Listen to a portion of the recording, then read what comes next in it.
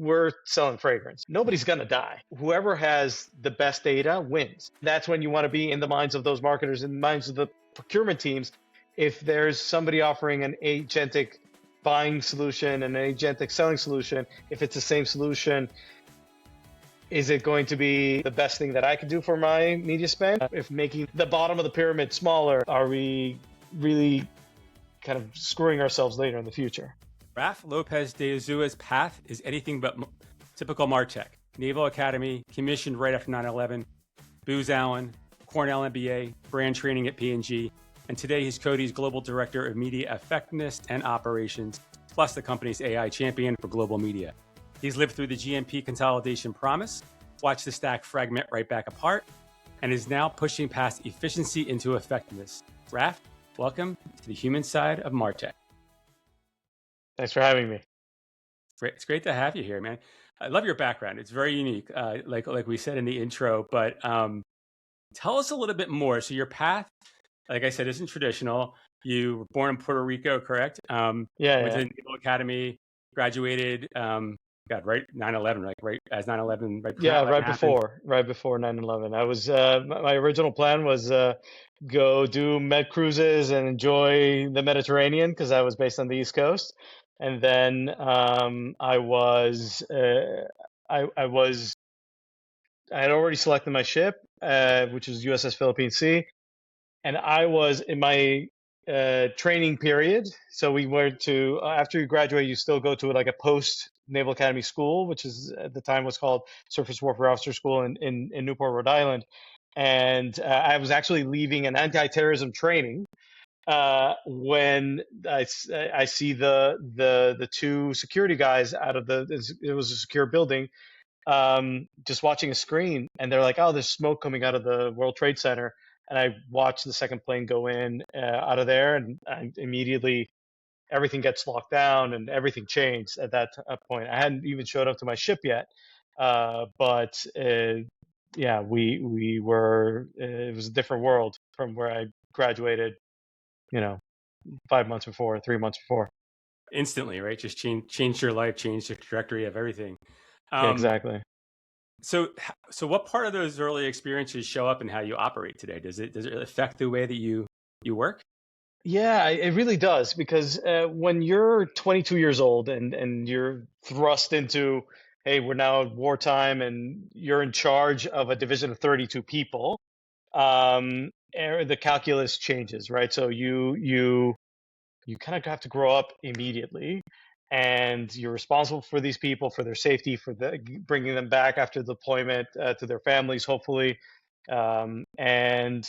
and so yeah, it's a big weight of responsibility that's thrust on you in an early age, but you learn to be a leader, manager, be able to tackle everything from your everyday work life, plus all the things that you have to do for the mission, plus sometimes the sailor's got a letter that his girlfriend broke up with him, and we're 3 months into a 6-month deployment, and you have to also manage the personal side of things because that person needs to perform. You can't fire the sailor and then bring somebody new.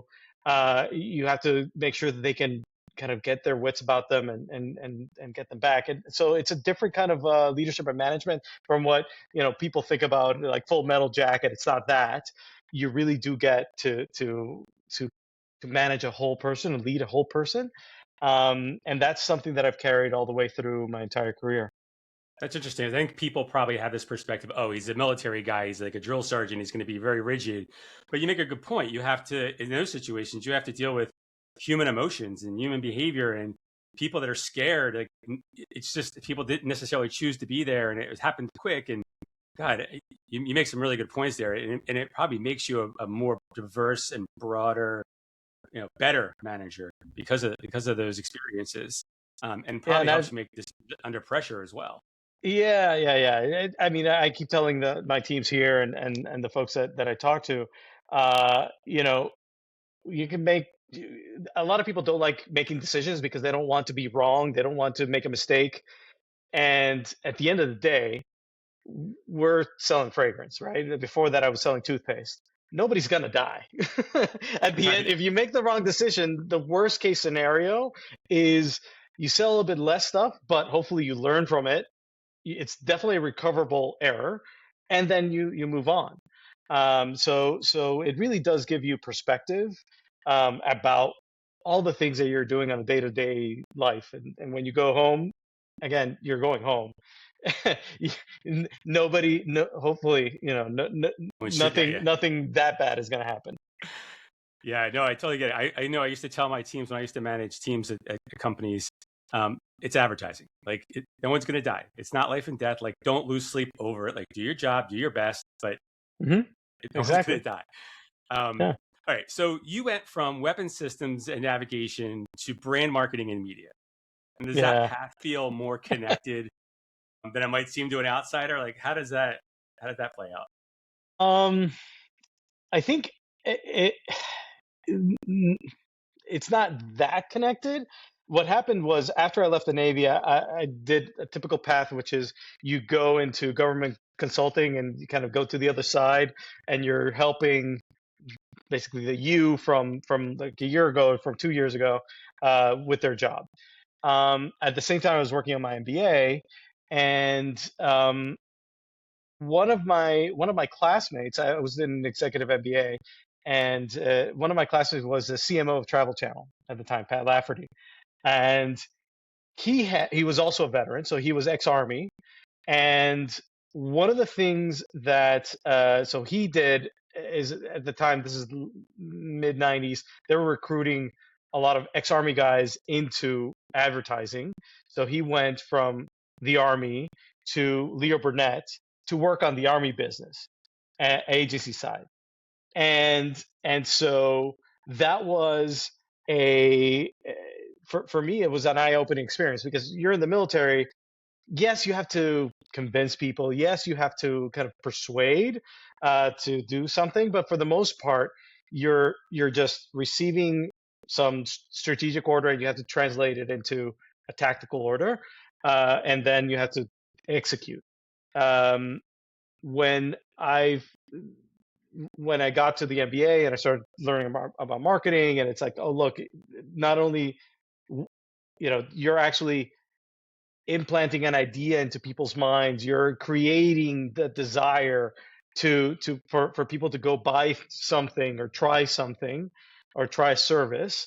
That was for me a completely different thing. The actual operational aspects of being in marketing in P&G especially, which is very process oriented, is perfect transition for somebody ex-military. um, but the job of marketing was not something I had considered until I was there, and Pat became my mentor, and I'm like, I want to do what you do. What do you do again? And that's how I ended up in marketing. I love it. Everyone's got a story, and that's a great one. I want to come back to the P&G piece in a second, but you said something interesting. In the mid 90s, the advertising industry was recruiting people from the military. Do you have an understanding of why? Like what it was about military people in advertising that was appealing to the industry? Uh, I wasn't around back then. From my understanding from both Pat and another friend of mine, is that in the ad in the ad agencies, they there was a lot of creative people, but there were less of the process oriented folks. So they would bring in these ex-military folks that had so Pat was a journalism major, so he had a little bit of that creative, thing in him. He just chose a different career path, and so you have to really really select. So they really worked to select the right people, and once you get somebody that's process oriented but also has a little bit of that creative something magic, and you put it into an ad agency, it really does help move the process along. um, and I don't know why it stopped. I think it was, that society in general, there's less people that serve, and so there's a lot less of that kind of cross pollination that happens. Um, but there are some places where, like at P&G, the brand management track was a big recruiting for veterans, and that was because A.G. Lafley had been in the Navy, and then Bob McDonald had been in the Army, and so there were recruiting in certain things. Like you'd have, University of Ohio recruiting team, and then you had the veterans recruiting team, and it's still there.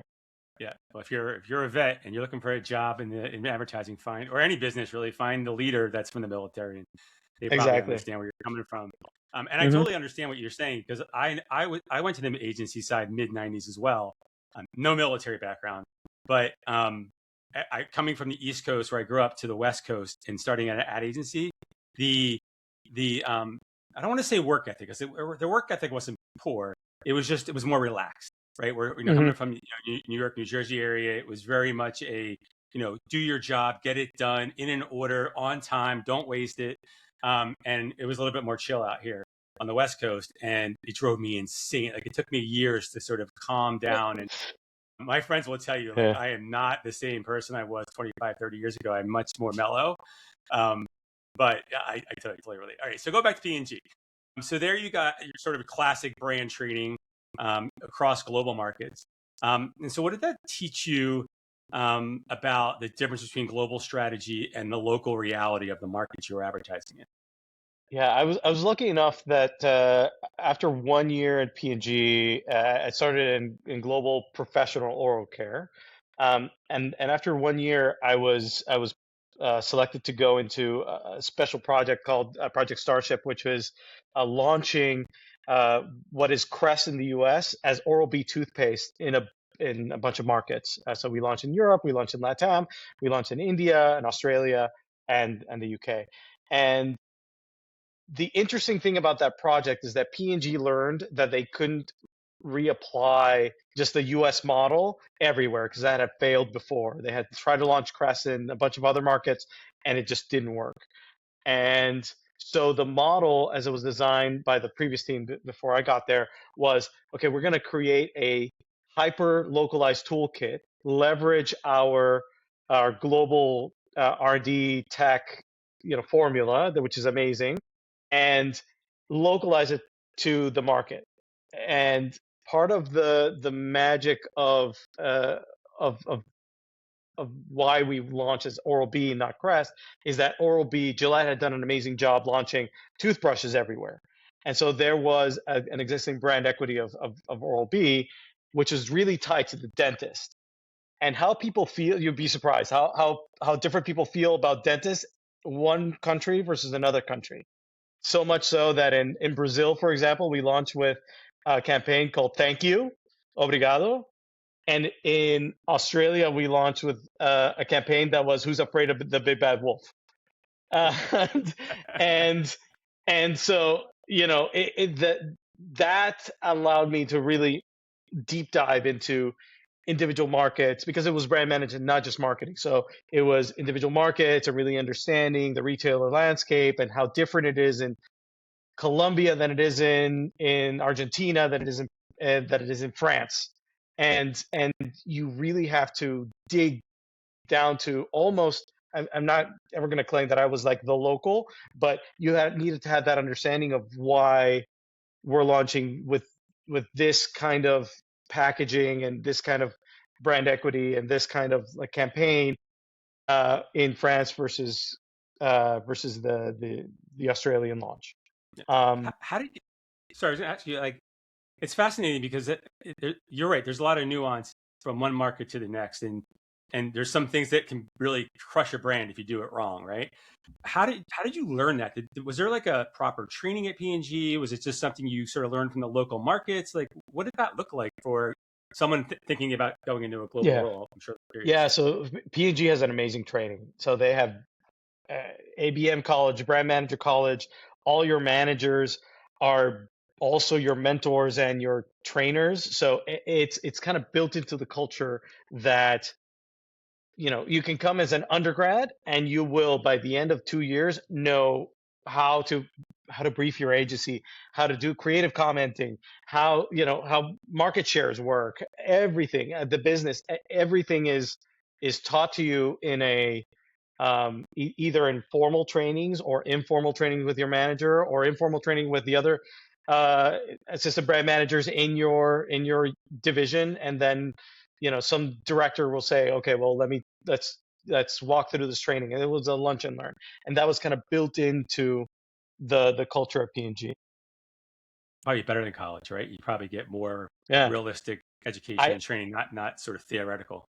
yeah, I learned more in those 3 years doing the oral care role than I did in my entire Ivy League MBA, about managing a brand, about marketing, and I'm still in contact with the folks that were doing that were my bosses at the time. Now they're SVPs, but yeah, it's crazy We could the we bond. could do a whole episode on this, because I agree. I learned more in my first year on the media side at an agency than I did in my 4 years of college with an advertising track in the last 2 years, where it was very focused.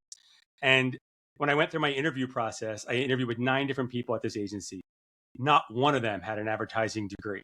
They all had math degrees, English degrees, history degrees. And I was like, man, if I had known this, I could have went to school for anything and still ended up right here, right?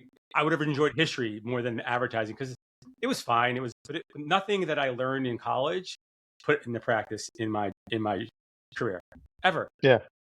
And to be fair, a lot of that was because it was the transition from traditional media to digital media at the time. So I've only done digital, and that wasn't even like anything mentioned in school. Like I didn't know it existed until I got out of school. So a little bit of fairness there. Well, the sad part was that the digital, I mean, Facebook was around. There was some digital, and none of our MBA classes covered anything digital. So it was because the professors had been there for so long that they were still teaching about print, and this is old campaign from the '60s, that they were mascots are important, and I they mean, are. But that's what's happening now with AI, right? No one's teaching it. Like I have high school kids, and they're all anti, because the teachers don't understand it, so and they're afraid of it, and they only hear the bad things, and so these kids aren't going to graduate with any practical AI skills, and they're going to be at a disadvantage. So I think it's up to the parents to teach them. Hopefully, in 5 or 10 years, hopefully it doesn't take that long, the school systems get better at, like, okay, there's a right way to use it and a wrong way to use it. We're going to teach you the right way, and you're going to get penalized for the wrong way, rather than ignore it because it's a disadvantage. So I think it's very similar, but even maybe worse because it's more broad, right? Because AI is affecting everybody, you not can just do actors. you get it, yeah. You could ask it anything, and then it'll just go. So Yeah. yeah. So going back to global business, I have to imagine if you're a brand manager and you sit in Cincinnati, Ohio, and you're in charge of local markets, and the local markets want to make their own judgments because they know the market better, does that cause a friction? And how do you ensure that sort of brand consistency globally while also giving the local markets the freedom to do what's right for the market? Yeah. It is a real tension, and I feel it. I felt it then. Feel it now. The so in the P&G role, we had really strict brand guidelines. So this is what the brand voice is. This is what the brand looks like. This is the essence of the brand, and those things were non-negotiable. What was negotiable is everything outside of it, and that's where we would get the conflicts a little bit, between local and global, regional and global, sometimes local and regional, and the key there was always data. If you have a strong proof point as to why needs to be done differently, we will listen, and we will provide you different data, and then whoever has the best data wins. And at the end, results speak for themselves. So an example of this, we were launching with with one TV copy, and that was globally aligned. The second TV copy, after we got to Wear Out,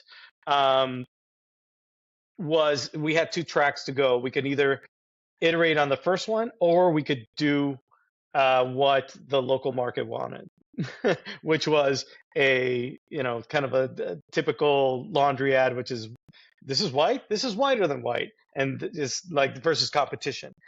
And And we had the data to say, well, look, in other markets, this has worked. And the local market said, yes, but in my market, competitive advertising is the norm. Here's all our competition actually doing competitive comparison, so that competitive ads. Mhm. And here's, after they do that ad, here's their market share increase. So at the end, they had the best data, they had local market data, and we took it, got escalated to the global VP, and he's like, look, yeah, in this case, local wins. They get to do it, you get to produce it. So we made the copy, and they ran with it, and it worked. So yeah, our creatives hated it because they were like, oh, it's a laundry ad. But I think it is what it when you is. say when you say it with a smile like you're doing now, it probably doesn't seem so bad. But I bet you there was a lot of friction there, a lot of Oh tension. my God, our creatives were in the UK, so the London-based creatives were like rock stars almost. They did not like it. No. I bet. All right, I want to shift a little bit because this is a MarTech show.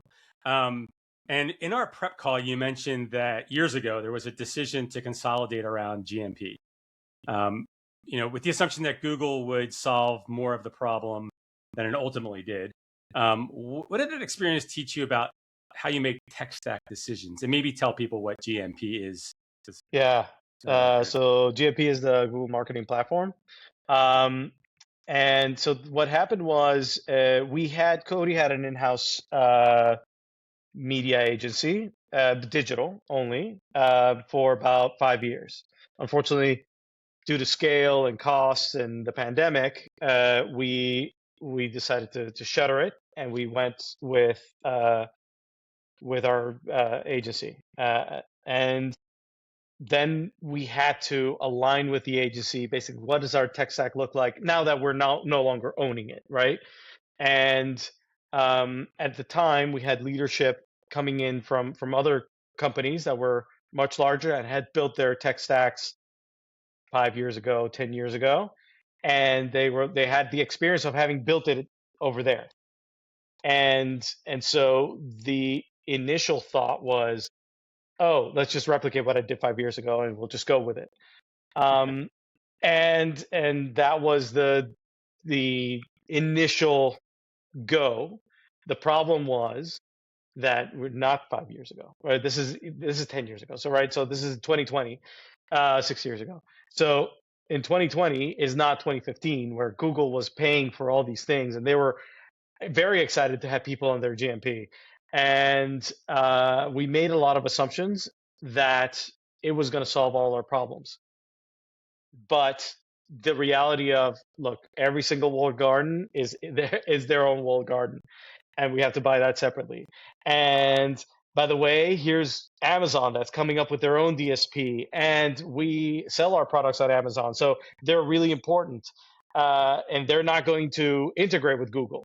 And by the way, all of CTB is going onto this thing called the Trade Desk, which is a separate DSP. And if we want to consolidate our CTV buy, they have the best at the time. They have the best CTV. And by the way, Walmart is doing a deal with them, so they have retailer data as well. So then it's impossible to have the promise of that of the GMP fulfill itself, because you can't just put all your money into one basket. You have to put money there, but you also have to, because YouTube continues to be important, you also have to feed all the social media mouths to feed, and TikTok came up in there in 2021, 2022. And then, oh, Amazon's an important customer, and now their retail team is really pushing on their ad tech stack. And same thing with the Trade Desk and Walmart, and that's also, so there's a lot of mouths to feed. And when there's a limited media budget that is also shrinking, or at least under pressure to deliver more, you're not going to have that perfect picture of the one unified stack that here's all the information you need, boss. So that was we were rebuilding something that was never going to end up being what it was, in the mid 1910s or 2010s. And now we were building it with a promise that we made to management that it's going to solve all these issues, and didn't. Yeah, I mean, it makes sense. I mean, 2015, Amazon wasn't really a player, right, in the advertising space. and CTV was early, right? And so It was all direct. So it was all direct. And Facebook was really just starting to explode, right? They've already emerged. I would say starting to really scale. So I could see how in 2015 it looked like GMP could be your consolidated tech stack, but there is no way today that you could have a consolidated tech stack. You can certainly have 4 or 5 and probably get away with that, but you got to have more than one, which creates another challenge of sort of measurement and attribution, which is like this problem that never gets solved. And you have to put money against it, and you have to I swear there's more art than science. I've interviewed multiple CEOs on the show about that own businesses in that space, and it's constantly changing. They're constantly trying to adapt to the different platforms, different channels, and different ways of measurement. And I feel like I even had the last one I had on there. I'm like, you must be a glutton for punishment, because this is like a miserable category to be in, because it's just so hard and no one's ever going to be happy with the results you give them. Not that they're subjective, but they're certainly objective, but not perfect. No, and you're never going to have that perfect data. I think that's the important thing, is you have to learn to live with that uncertainty that, digital has a lot of numbers. There's a lot of KPIs, but at some point in time, it was there. That was the promise. We're never going to get there. It's like the utopia that's doesn't really exist. We're in that same kind of realization phase, I think, that we're never going to get to that utopia. So what's the closest thing that we can get to? And is it going to cost us money? Yes. Is it going to be, always a little fluffy? Of course. And the numbers are there to be indicative of something, but not necessarily the whole truth. Yeah. I would think too that having, I don't want to say fragmented, but having multiple players in your stack probably helps release some price pressure. In other words, if everybody used Google, right, for everything, they're going to own the market. They can dictate price, right? And I imagine you have multiple players in CTV. I mean, you have a lot of players in CTV. It's probably the most cluttered space out there other than measurement. And then you have, obviously, Amazon's Amazon, Meta's Meta, Google's Google. But outside of that, whether it's display or TV or audio, you have multiple players, which probably helps manage price pressures. Is that a positive that you look at? So yes and no to having a multiple DSP stack or multiple differentiated stack.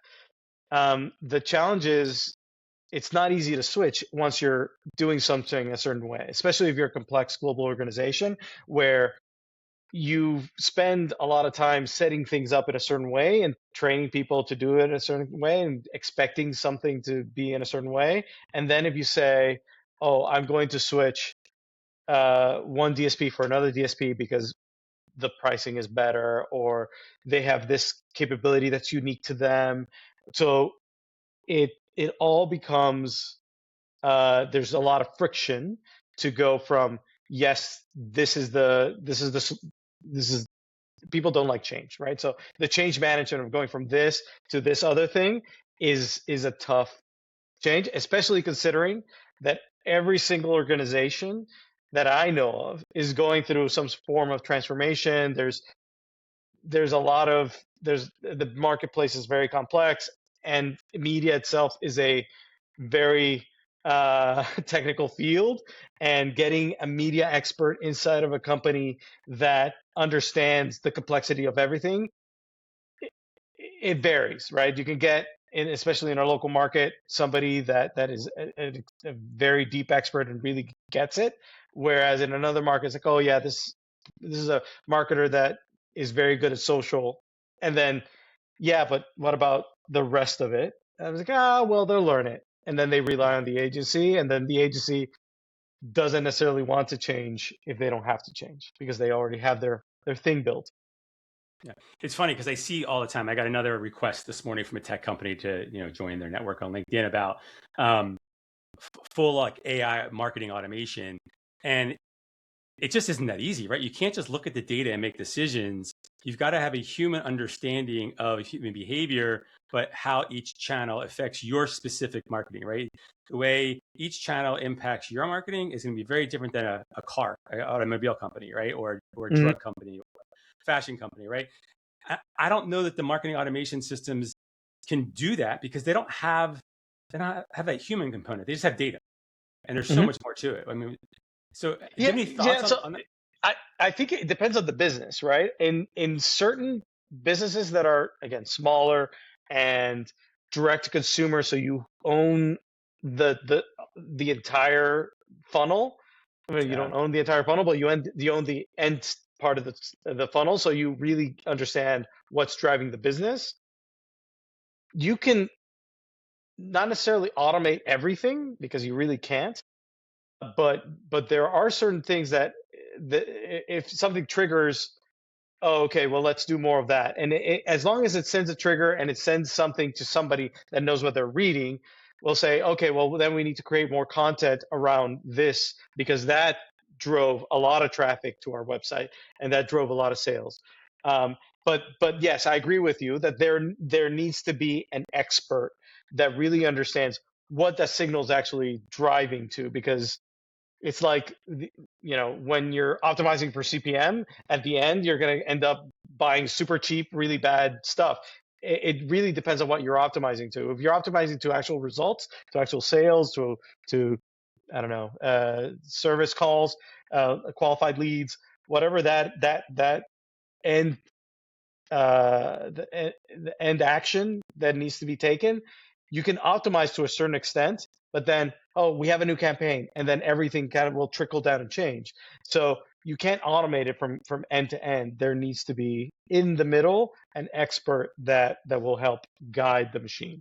Yeah, I think the point you made early on in that answer was, if you're fulfilling the order and you can track everything to the fulfillment, and your media plan is simple enough that you don't have to account for top of funnel, multi-touch, then you can manage that. But if you're selling on Amazon or in retail stores, these automation platforms aren't going to get the data that you can't even get. They're not going to be able to tap in because people are, they hold their data close, Yeah, so they're not going to give it up for and it's a automation. matter of scale, right? So if you're a small D2C brand and you're just a celebrity that just launched something and you just have your website, that's great. But that gets to a certain point where also all the reach curves get very expensive very quick. And then commercially, you have to expand somewhere else. So you either have to go to Amazon, you have to go to retail, you have to go somewhere else. And that's when an AI will never be able to. Well, I'm not going to say never, Never say but never. for now, it's going to be extremely difficult. You still need that human in the loop to be able to say, okay, well, this is the new funnel. So okay, so given all of that, when a vendor comes to you or a vendor comes to someone like you and trying to sell into this environment, given all of those challenges that you sort of have to deal with in a media role, um, what do you wish they understood about sort of tech debt and internal complexity that they don't? Like, I mean, if you could give somebody advice on the sales side that's coming in, help them have that perspective, what would it be? Like, what stands out?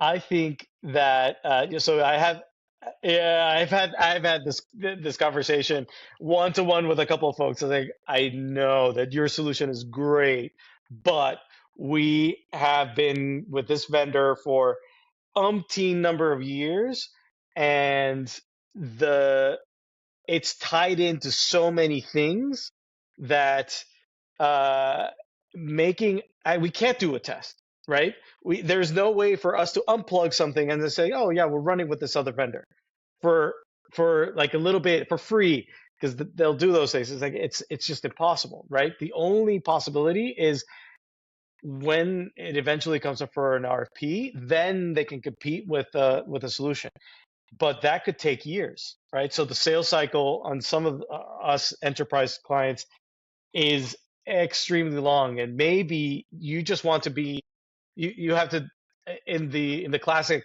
marketing sense, you just want to be in the consideration set, right? So that when that day does come, that there's an RP, or hey, we're gonna change these three things in our stack, and then that's gonna break all the connections that the other vendor had. It's like, oh well, let's just look at this part as well.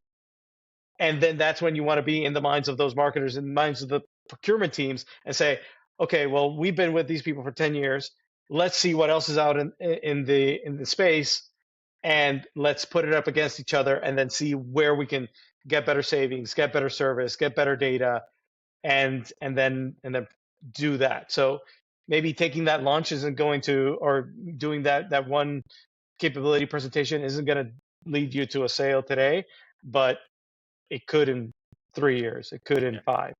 It's the hardest part of being on the sales side, right? I think the bigger the platform, the bigger the lift, the more difficult it is, because I think they genuinely know that they need to just get on your radar, build a relationship, so when the time comes. But then they have their boss in their ear going, "What's your pipeline look like? How many deals are you going to close this quarter?" And it doesn't happen that way. Mm-hmm. I'll ask you this. I'll come at it from the sales side. You said something a second ago about, like, okay, we've been using this, procurement says we've been using this platform for 10 years. Let's see what else is out there. 10 years, and maybe it's just an arbitrary number you threw out there, but that's a long time, right? And you said something earlier, like, things change quickly and are changing even more quickly every year. How do you not, as an organization, I don't know where it would sit in Coty, but how do you not look at what are your options every year or two, given how quickly things change, and make sure that you have the best solution for you at the time? Yeah, I think that's the you mentioned in your first question, right? So it's a people question, right? If the teams are stable internally, then it's easier to say, okay, well, we're going to test this in one market because that team is stable. They're always up for something new. They have the right attitude, and they have the right resources to be able to unplug something and plug something in and see how it works. But it really is dependent on each individual company and each individual team. It is, I mean, in my personal opinion, is that you should be actively, if you're a media director, a media manager, and you're not actively taking calls at least once a month, or for a variety of things, just to see what's out there. If you're not going to Cannes and meeting with a bunch of people and a bunch of startups, or going to Possible in Miami, and really just seeing what's out there, you're going to fall behind, because as you said, the pace of change is so fast, right? And the penalty for choosing wrong, again, going back to like my Navy time, the penalty for choosing wrong is really not that big. What's the worst case that can happen? You test it, it doesn't work. You can always go back to the old vendor. Everyone still remembers how things worked. Or you can always choose the runner up, or you can stay with this one. It's like, it's not working as well. Let me do this again, and let me try it again, because there'll be somebody that's already innovating on the innovation. So it is one of those things. You have to keep your ear to the ground, or you're going to keep doing, media like it was done in 2015, which it's not a winning strategy for anything.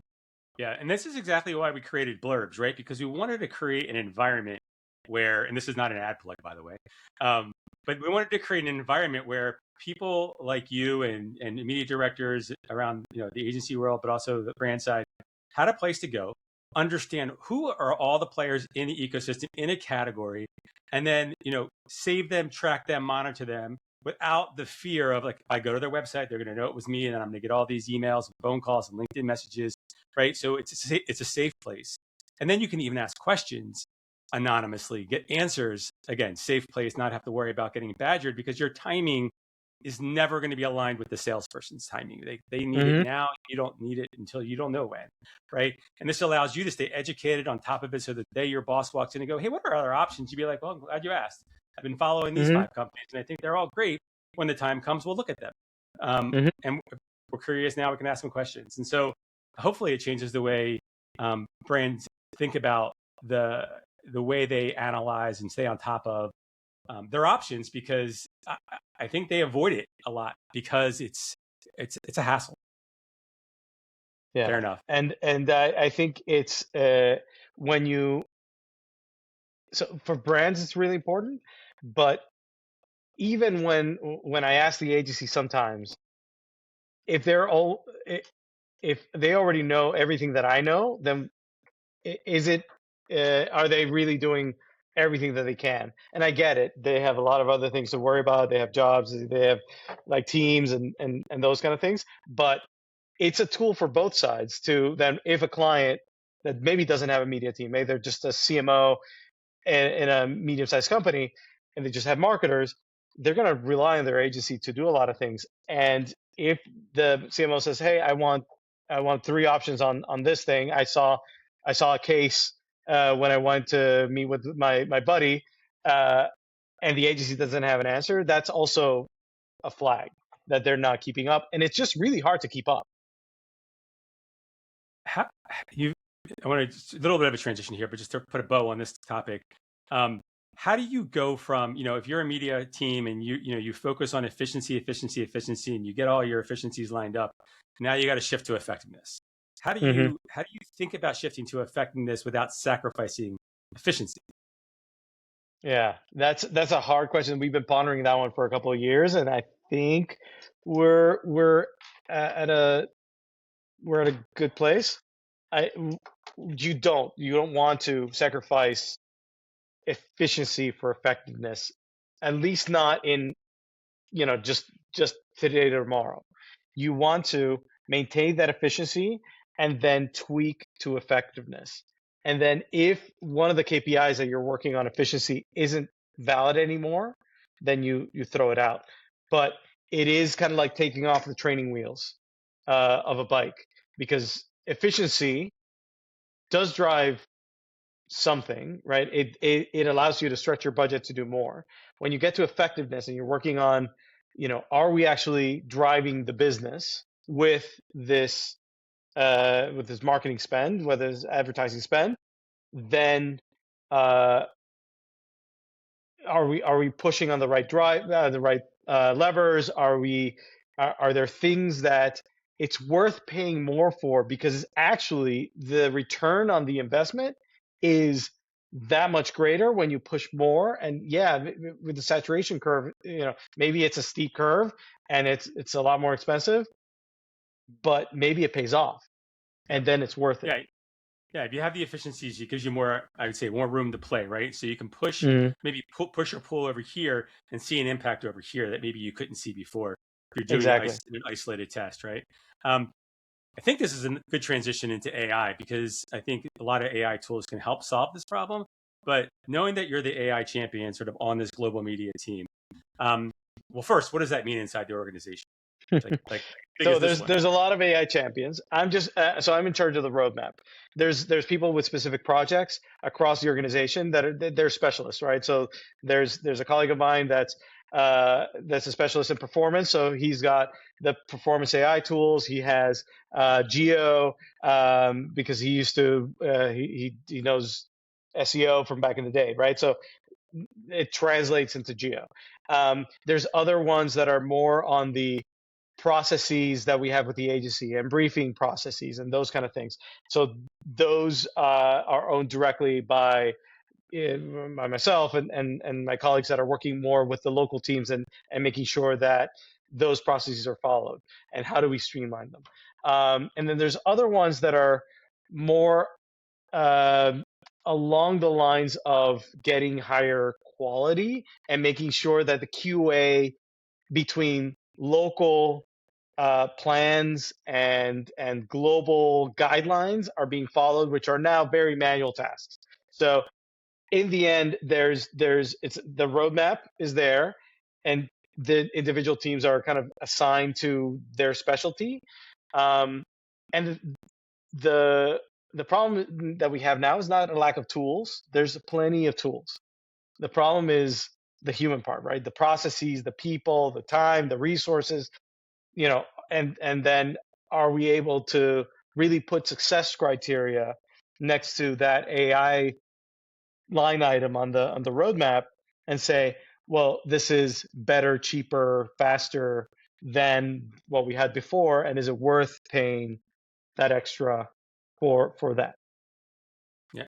Do you guys maybe this is not a fair question, but do you think about AI? Because I love the way you described it. Like you described it in buckets, right?